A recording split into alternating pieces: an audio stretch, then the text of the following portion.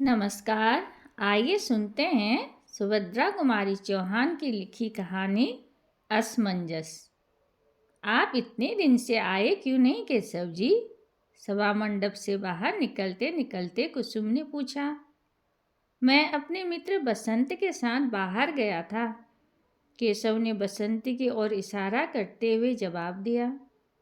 कुसुम ने बसंत की ओर देखा, फिर जरा रुकती हुई बोली, क्या यही आपके मित्र बसंत हैं? मैंने जैसे इन्हें पहले कभी देखा है। कन्वोकेशन डिबेट में फर्स्ट प्राइज आप ही को मिला था। कन्वोकेशन डिबेट में फर्स्ट प्राइज जीतने वाला बसंत एक बालिका के सामने कुछ घबरा सा गया। उसका चेहरा लाल हो गया। उसने कुछ भी उत्तर न दिया।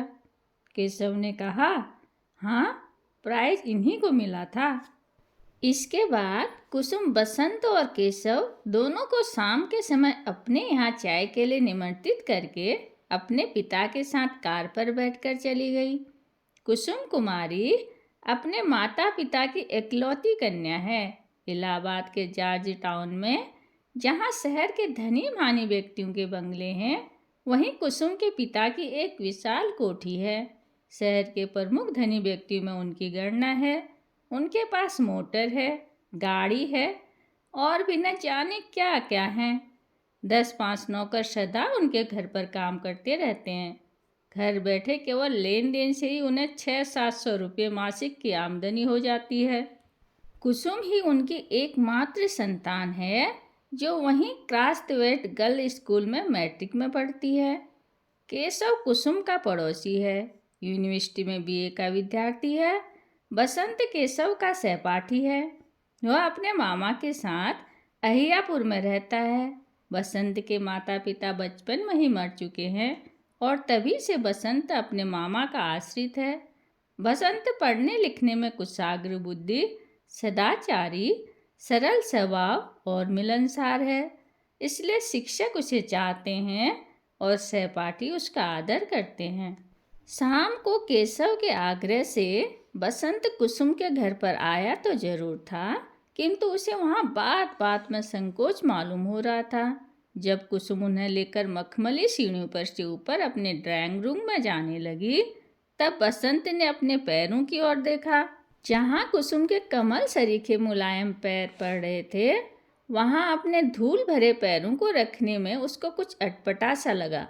कमरे में पहुंचकर वहाँ की विभूतियों को देखकर बसंत भौचक सा रह गया। ऐश्वर्य के प्रकाश में उसे अपनी दशा और भी हीन मालूम होने लगी। उस वातावरण के योग्य अपने को न समझकर उसे कष्ट हो रहा था। वह बार बार सोचता था कि मैं नाहक ही यहाँ आया। कुसुम अद्वितीय सुंदरी थी। उसकी शिक्षा और व्यवहारिक ज्ञान ने सोने में सुहागे का सा काम कर दिया था। उसके शरीर पर आभूषण का विशेष आडंबर न था। वह लाल किनारे की एक साफ साड़ी पहनी थी, जो उसकी क्रांति से मिलकर और भी उज्जवल मालूम हो रही थी। कुसुम का व्यवहार बड़ा शिष्ट था। उसकी वाणी में संगीत का सा माधुर्य था। वह चतुर चितेरे के चित्र की तरह मनोहर, कुशल शिल्पी की कीर्ति की तरह त्रुटि रहित और सुकवि की कल्पना की तरह सुंदर थी। बसंत के जीवन में किसी युवती बालिका से बातचीत करने का यह पहला ही अवसर था। उसने कुसुम की ओर एक बार देखा, फिर उसकी आंखें ऊपर न उठ सकी। कुसुम ने चांदी के से सुंदर प्यालों में चाय बनाकर टेबल पर रखी। तस्तरियों पर जलपान के लिए फल और मिठाइयाँ सजा दी। बसंत स्वभाव से शिष्ट था, किंतु आज वह साधारण शिष्टाचार की बातें करना भी भूल गया और उसने चुपचाप चाय पीना शुरू कर दिया। कुसुम यदि कोई बात पूछती तो बसंत का चेहरा अकारण ही लाल हो जाता और उसका हृदय इस प्रकार धड़कने लगता जैसे वह किसी कठिन परीक्षक के सामने बैठा हो। चाय पीते पीते भी उसका गला सूख जाता था और सिवा हाँ या न के वो कुछ बोल न सकता था। इंटर यूनिवर्सिटी डिबेट में जाकर बनारस से अपने कॉलेज के लिए शील्ड जीत लाना बसंत के लिए उतना कठिन न था जितना कठिन आज उसे साधारण बातचीत करना मालूम हो रहा था। वह अपनी दशा पर स्वयं हैरान था और उसे अपने अचानक मौन पर आश्चर्य हो रहा था। केशव के आग्रह पर जब कुसुम ने सितार पर यमन कल्याण बजाकर सुनाया तो बसंत ने कहा, आप तो संगीत में भी बड़ी प्रवीण हैं। यह सुनकर कुसुम ने जरा हंस कर कहा, आप तो मुझे बनाते हैं, अभी तो मुझे अच्छी तरह बजाना भी नहीं आता। यह सुनकर बसंत को अपना वाक्य मूर्खतापूर्ण लगने लगा और उसे अपनी उक्ति में केवल व्यंग का ही आभास मालूम पड़ा। बसंत बहुत देर बाद बोला था और अब बोलने के बाद अपने को धिक्कार रहा था। बसंत जब वापस आया तो उसे कुछ याद आ रहा था कि जैसे कुसुम ने चलते समय उससे कभी कभी आते रहने का अनुरोध किया था, किंतु वह अकेला कुसुम के घर न जा सका और एक दिन फिर केशव के ही साथ गया। इसी प्रकार बसंत जब कई बार कुसुम के घर गया तो कुसुम ने देखा कि बसंत भी बातचीत कर सकता है। उसकी विद्वता और योग्यता पर तो कुसुम पहले से ही मुग्ध थी। अब उसकी मर्यादित सीमा के अंदर बातचीत और व्यवहारिक ज्ञान को देखकर कुसुम की श्रद्धा और भी बढ़ गई। अन्य नवयुवकों की तरह बसंत में उस श्रृंखलता और उद्दंडता न थी। उसकी बातचीत, हंसी मजाक सब सीमा के बाहर न जाते थे। कुसुम ने बसंत से अंग्रेजी पढ़ाने के लिए आग्रह किया, जिसे बसंत ने स्वीकार कर लिया और इस प्रकार धीरे धीरे कुसुम और बसंत की घनिष्ठता बढ़ने लगी। कुसुम से मिलने से पहले बसंत ने उसके विषय में जो धारणा बना रखी थी कि धनवान पिता की अकेली कन्या जरूर उद्दत स्वभाव की होगी, वह निर्मूल हो गई। अब उसे कुसुम के पास जाने की सदा इच्छा बनी रहती थी। सवेरे से ही वह शाम होने की बाट देखा करता। अपनी दशा पर उसे स्वयं आश्चर्य था। कुसुम मैट्रिक पास हो गई और बसंत बीए, किंतु दोनों ही ने आगे पढ़ना जारी रखा। बसंत अब भी कभी कभी कुसुम के घर आया करता था। एक दिन बसंत ने सुना कि कुसुम का विवाह मई के महीने में होने वाला है। बसंत समझ न सका कि यह सुनकर उसका चित्त अव्यवस्थित सा क्यों हो गया। उसने कभी स्वप्न में भी न सोचा था कि कुसुम के साथ उसका भी कोई ऐसा संबंध हो सकता है। अपनी और कुसुम की आर्थिक स्थिति में जमीन आसमान का अंतर वह देखा करता था और कभी इस प्रकार की असंभव कल्पना को न लाने के लिए उसे अपने ऊपर विश्वास था। कुसुम उसके लिए आकाश कुसुम थी। उसे छूने तक की कल्पना बेचारा बसंत कैसे करता। अदरक के व्यापारी को जहाज की खबर से क्या मतलब, और यदि जहाज की खबर सुनकर उसे सुख दुख हो तो आश्चर्य की बात ही है। बसंत यही सोच रहा था। बसंत कुसुम से दूर दूर रहने की सोचने लगा, किंतु ज्यों ही शाम हुई वह अपने आप को रोक न सका। निकला तो वह टहलने, लेकिन टहलता हुआ कुसुम के घर जा पहुंचा। जब वह कुसुम के घर पहुंचा तो कुसुम वहाँ न थी। वह ड्राइंग रूम में बैठकर एक एल्बम के पन्ने उलटने लगा। उसकी दृष्टि एक चित्र पर जाकर एकाएक रुक गई। वह बड़ी देर तक उस चित्र को ध्यानपूर्वक देखता रहा। उसका सिर चित्र के ऊपर झुक गया और आंसू की दो बड़ी बड़ी बूंदें गिर पड़ी। बसंत जैसे सोते से जाग पड़ा हो। उसने झट से जेब से रुमाल निकालकर चित्र पर से आंसू की दो बूंदें पूंछ दी और उसी समय उसकी नज़र सामने लगे हुए बड़े आईने पर पड़ी। कुसुम उसके पीछे चुपचाप खड़ी थी। उसकी आंखें सजल थी। बसंत कुछ घबरा सा गया। कुसुम पास ही एक कुर्सी खींचकर बैठ गई। थोड़ी देर तक दोनों ही चुपचाप रहे। आखिर कुसुम ने ही कुछ देर बाद निस्तब्धता भंग करते हुए कहा, बसंत बाबू, अब तो बहुत देर हो चुकी है। बसंत ने कहा, जो कुछ हुआ ठीक ही हुआ है। इसके बाद मिल्टन की एक कविता की कुछ पंक्तियाँ जो कुसुम न समझ सकती थी, बसंत ने उसे समझाई। बसंत अपने घर गया और कुसुम अपने पिता के साथ हवाखोरी के लिए। गर्मी की छुट्टी में बसंत को एक लाल लिफाफे में कुसुम की शादी का निमंत्रण पत्र मिला और कुछ दिन बाद उसने यह सुना कि कुसुम का विवाह एक धनी मानी जमींदार के यहाँ सकुशल हो गया। कुसुम का पढ़ना लिखना बंद हो गया और साथ ही बंद हो गया बसंत का उनके यहाँ आना जाना। बसंत को अब मालूम हुआ कि उसका हृदय उससे छिप छिप कर कुसुम को कितना चाहने लगा था। कुसुम को अपनाने की लालसा भी उसके हृदय में दबी हुई थी। अपने हृदय के इस विश्लेषण पर बसंत को आश्चर्य हुआ। इन इच्छाओं ने कब उसके हृदय में प्रवेश किया था, बसंत निर्धारित न कर सका। कब यह भावना उसके हृदय में आई, ऐसा उसे स्पष्ट भाव से स्मरण नहीं आया। उसे अपने ऊपर और अपनी बुद्धि पर विश्वास था, किंतु हृदय बुद्धि और तर्क को धोखा देकर मनुष्य को किस प्रकार असंभव कल्पना की ओर प्रेरित कर सकता है, बसंत ने आज जाना। उसने सोचा, यदि मैं सचमुच कुसुम को प्यार करता था तो मैंने कुसुम से यह कहा क्यों नहीं। यदि उसे अपनाने की इच्छा मेरे हृदय में थी तो उसे मैंने कभी प्रकट क्यों नहीं किया। वह अपने प्रश्नों पर आप ही निरुत्तर हो जाता था। फिर उसने बार बार यही सोचा कि उसने सदा से ही कुसुम को प्यार किया है और हृदय से प्यार किया है। तब क्या कुसुम भी उसे प्यार करती थी? शायद हाँ या नहीं। बसंत कुछ निश्चय न कर सका, किंतु तर्क की शुष्क विवेचना में उस दिन की कुसुम की सजल आंखें डूबते हुए को तिनके के सहारे की तरह बसंत को मालूम हुई। बसंत एमए पास करने पर लाहौर कॉलेज में प्रोफेसर हो गया और साधारण स्थिति में अपने दिन काटने लगा।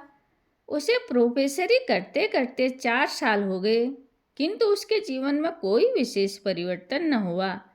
उसके मामा ने उसके विवाह के लिए 2-4 बार कहा, किंतु बसंत ने टाल दिया। माता पिता तो थे नहीं कि जो उसे बार बार विवाह के लिए बाध्य करते। मित्रों ने भी यदि कभी बसंत से इसकी चर्चा की तो बसंत ने बात सदा हंसी में उड़ा दी। अपनी इस लापरवाही का कारण वह खुद न समझ सकता था। विवाह न करने की उसने कोई प्रतिज्ञा तो न कर रखी थी, किंतु न जाने क्यों उसका चित्त अव्यवस्थित था। विवाह की ओर उसका झुकाव नहीं सा था। इन 4 वर्षों में बसंत एक बार भी इलाहाबाद नहीं गया।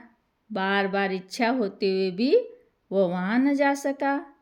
उसके मामा की बदली लखनऊ हो गई थी। अब इलाहाबाद जाता भी तो किसके यहाँ। अपनी क्लास के विद्यार्थियों को टाटा नगर के कारखाने को दिखलाकर जब बसंत लौट रहा था, उसे इलाहाबाद स्टेशन से जाना पड़ा। यहाँ एक दिन रुकने के प्रलोभन को वह न रोक सका। सामान स्टेशन पर छोड़कर पहले वह अपने पुराने साथियों से मिलने गया, किंतु 1-2 को छोड़कर उसे कोई न मिला।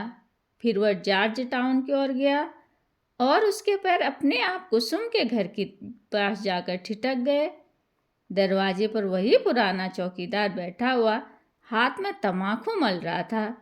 बसंत को देखते वो उठ खड़ा हो गया, बोला, बहुत दिन में आए भैया, और बिना बसंत के कहे ही अंदर खबर देने चला गया। बसंत जाकर उसी ड्राइंग रूम में बैठ गया जहाँ वह बहुत बार कुसुम के शिक्षक के रूप में बैठ चुका था। इन 4 वर्षों में कुसुम और बसंत के बीच किसी प्रकार का कोई पत्र व्यवहार नहीं हुआ था और न उन्हें एक दूसरे के विषय में कुछ मालूम था।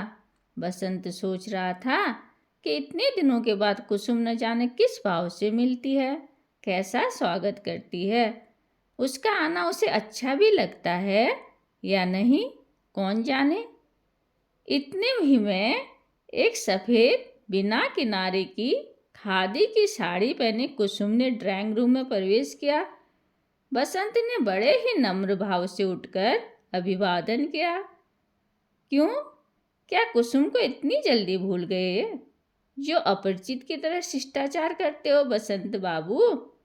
कुसुम ने हल्की मुस्कुराहट के साथ कहा। बसंत का ध्यान इस ओर न था।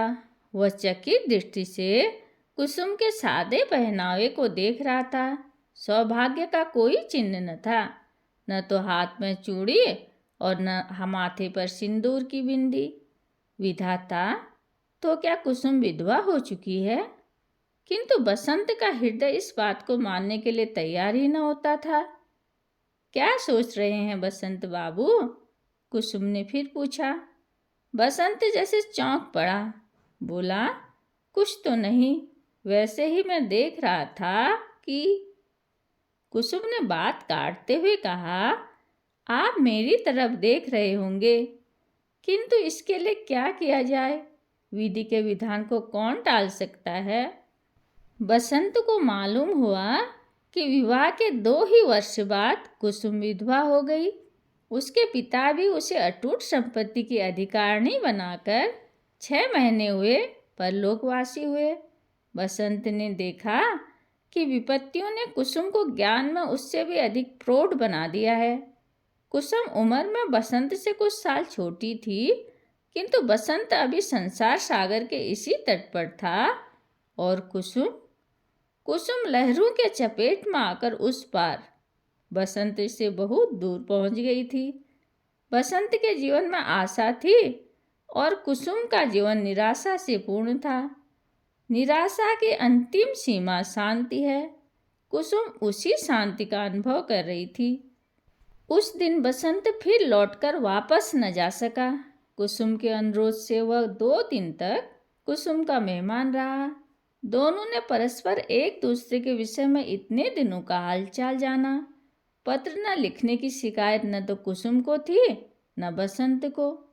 चलते समय कुसुम ने बसंत से आग्रह किया कि यदि किसी काम से उन्हें इस ओर आना हो तो इलाहाबाद में जरूर ठहरें। कुसुम बसंत का हृदय उसकी आंखों में देख रही थी। उसे विश्वास था कि बसंत जरूर आएगा। बसंत का स्वास्थ्य दिनों दिन बिगड़ता ही गया। कोई खास बीमारी तो न थी, केवल 8-10 दिन तक मलेरिया ज्वर से पीड़ित रहने के कारण वह कमजोर हो गया। छुट्टी में जलवायु परिवर्तन के लिए बसंत मसूरी गया। प्रकृति के सुंदर दृश्य, यात्रियों की चहल पहल, बिजली की रोशनी, किसी भी बात से बसंत के चित्त को शांति न मिल सकी। वह सदा गंभीर और उदास रहा करता। कुसुम को वह जी से प्यार करता था। बसंत का स्वभाव और चरित्र अत्यंत उज्जवल और ऊंचा था। फिर भी जब वह सोचता कि कुसुम के विवाह के समय, उसके सुख के समय उसकी आंखों में आंसू आए थे और कुसुम के विधवा होने पर उसके हृदय में आशा का संचार हुआ है, तब वह अपने विचारों पर स्वयं लज्जित होता और अपने को नीच समझकर धिक्कारता। बसंत बहुत दिनों तक मसूरी में न रह सका। देहरादून एक्सप्रेस से वह एक दिन इलाहाबाद जा पहुंचा। कुसुम के सद्व्यवहार से कुछ शांति मिली। कई दिनों से बसंत कुसुम को कुछ कहना चाहता था, किंतु कहते समय उसे मालूम होता था जैसे कोई आकर उसकी जबान पकड़ लेता हो। वह कुछ न कह सकता था। एक दिन बगीचे में कुसुम बसंत के साथ टहल रही थी। दोनों ही चुपचाप थे। बसंत ने निस्तब्धता भंग की। उसने पूछा, कुसुम, तुम अपना सारा जीवन इसी प्रकार तपस्विनी की तरह बिता दोगी? क्या करूं, ईश्वर की ऐसी ही इच्छा है, कुसुम ने शांति से उत्तर दिया। किंतु इस तपस्या को सुख में परिवर्तित करने का क्या कोई मार्ग नहीं है? क्या मार्ग हो सकता है बसंत? तुम ही कहो ना, मेरी समझ में तो नहीं आता। बसंत ने धड़कते हुए हृदय से कहा, पुनर्विवाह, जैसा कि तुम्हारी सखी मालती ने भी किया है। कुसुम को एक धक्का सा लगा। उसका चेहरा लाल हो गया। उसने दृढ़ता से कहा, लेकिन बसंत बाबू, मुझसे तो यह कभी न हो सकेगा। बसंत चुप हो गया। वह रह रहकर अपनी गलती पर पछता रहा था। बसंत ने साहस करके इस नाजुक विषय को छेड़ तो जरूर दिया था, किंतु वह डर रहा था कि कहीं कुसुम की नज़र से वह नीचे न गिर जाए। दोनों चुप थे। दोनों के दिमाग में एक प्रकार का तूफान सा उठ रहा था। टहलते टहलते कुसुम जैसे थककर एक संगमरमर की बेंच पर बैठ गई। उसने बसंत से भी बैठ जाने का इशारा किया। उसने कहा, बसंत, मैं तुम्हें कितना चाहती हूँ, शायद तुम इसे अभी तक अच्छी तरह नहीं जान पाए हो। बसंत के हृदय में फिर आशा चमक उठी। वह ध्यानपूर्वक उत्सुकता के साथ कुसुम की बातें सुनने लगा। कुसुम ने कहा, तुम भी मुझे पहले से चाहते थे, यह बात मुझसे छिपी न रह सकी। उस दिन ड्राइंग रूम में यह बात अपने आप ही प्रकट हो गई, लेकिन वह प्रकट हुई बहुत देर बाद। तब इसके लिए कोई उपाय शेष न था। इसके बाद बसंत, इस लंबे 4 वर्षों की अवधि में भी मैं तुम्हें भूल नहीं सकी हूँ, जैसा कि तुम देख रहे हो। बसंत का हृदय जोर से धड़क रहा था। कुसुम ने फिर कहा, इतना सब होते हुए भी बसंत, मैंने निश्चय किया है कि मैं कभी पुनः विवाह न करूंगी। अपने माता पिता और अपनी स्वामी की स्मृति को कलंकित न करूंगी। तुम्हारा और मेरा शुद्ध प्रेम है, उसमें वासना और स्वार्थ की गंध नहीं है। बसंत हताश हो गया। कुसुम ने फिर कहा, कहानी की तरह क्या प्रेम का अंत विवाह में ही होना चाहिए बसंत? बसंत कोई उत्तर न दे सका। उसने देखा कुसुम प्रेम की दौड़ में भी उससे बहुत आगे निकल गई है। बसंत अपने को स्वार्थी और ओछे हृदय का समझने लगा। उसे ऐसा मालूम हुआ कि कुसुम बहुत ऊंचे से किसी दूसरे लोक से बोल रही है, जिसे बसंत कुछ समझ सकता है और कुछ नहीं। इसके बाद बसंत और कुसुम के बीच में इस विषय में फिर कभी कोई बात न हुई, किंतु बसंत अब भी समझता है कि कुसुम का तर्क सत्य नहीं है।